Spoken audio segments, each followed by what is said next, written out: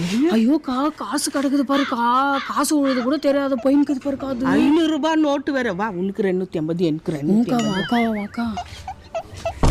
என்னம்மா ஆயிடுச்சு?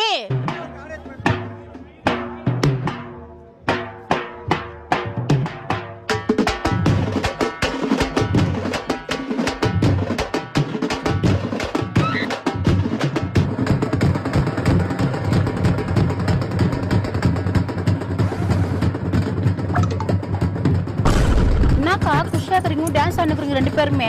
கீழே கேட்டுச்சு ஒரு பேப்பர். கடவுள் குத்துச்சு எங்களுக்கு ஆஃபர். ஏதோ சந்தோஷமா இருக்கிறீங்க. இந்த கட்சிட்டிக்கா 1000 ரூபாய் உங்களுக்கு தரணுமே இல்ல? சீட் காசா?